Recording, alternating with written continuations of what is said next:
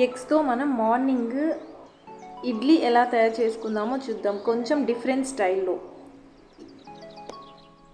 ఇడ్లీ పాత్ర అరను తీసుకొని ఒక్కొక్క గుంటలో ఒక్కొక్క ఎగ్ కొట్టి వేయాలి. సన్నగా తరిగి పెట్టుకున్న ఆనియన్స్ కొంచెము, ఒక గ్రీన్ చిల్లీ కూడా కొంచెం కొత్తిమీర, పుదీనా, కరివేపాకు కూడా వేసుకోవచ్చు. నేను వీడియోలో చూపించిన విధంగా వేసుకోండి.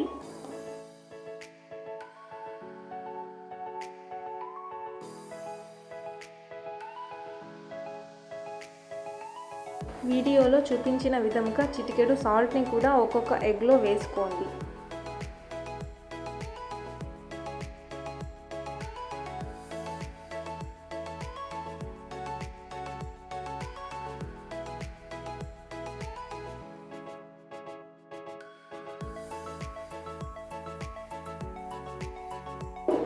ఇడ్లీ ప్లేట్లన్నింటినీ ఎగ్స్తో ఫిల్ చేసుకొని నేను వీడియోలో చూపించిన విధంగా మనం ఇడ్లీలను ఎలా ఉడికించుకుంటామో అలానే ఉడికించుకోవాలి.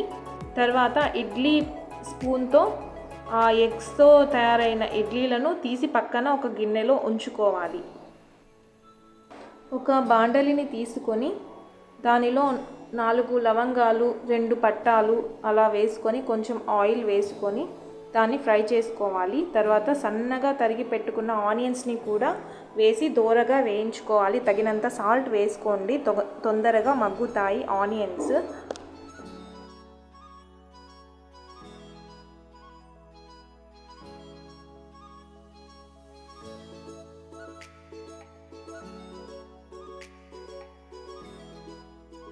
కొంచెం మిరియాల పౌడర్ వేసుకోండి, 1 టేబుల్ స్పూను లేదా 1/2 టేబుల్ స్పూను, మీరు తీసుకునే క్వాంటిటీని బట్టి.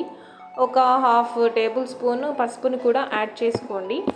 1/2 టేబుల్ స్పూను అల్లం వెల్లుల్లి పేస్ట్ని కూడా యాడ్ చేయండి. వీడియోలో స్కిప్ అయింది, సో నేను మీకు చెప్తున్నాను, మీరు యాడ్ చేసుకోండి.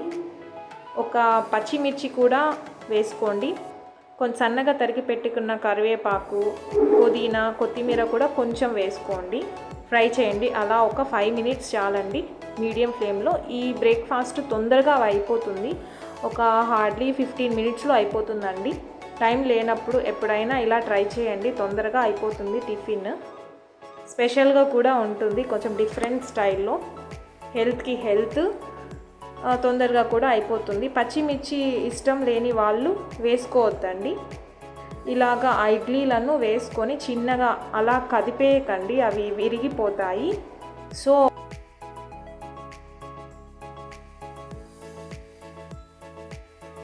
ఆ ఇడ్లీలను చిన్నగా టర్న్ చేసుకోండి. ఒక లో ఫ్లేమ్లో ఒక 2 మినిట్స్ అలాగా మూత పెట్టేసి కుక్ చేయండి, లేదా అలాగే అయినా కుక్ చేయండి. అంతే అండి, ఒక 2 మినిట్స్ అలా కుక్ చేస్తే సరిపోతుంది అండి. ఎంతో టేస్టీగా ఉండే ఇడ్లీ ఎగ్ టిఫిన్ రెడీ. ఇన్స్టెంట్గా చేసుకోవచ్చండి, ఎంతో తొందరగా అయిపోతుందండి. పిల్లలు కూడా చాలా టేస్టీగా తింటారు ఎగ్స్తో. ఇడ్లీలు ఎలాగా తినరు కొంతమంది, సో వాళ్ళకి ఇలా ట్రై చేసి పెట్టండి.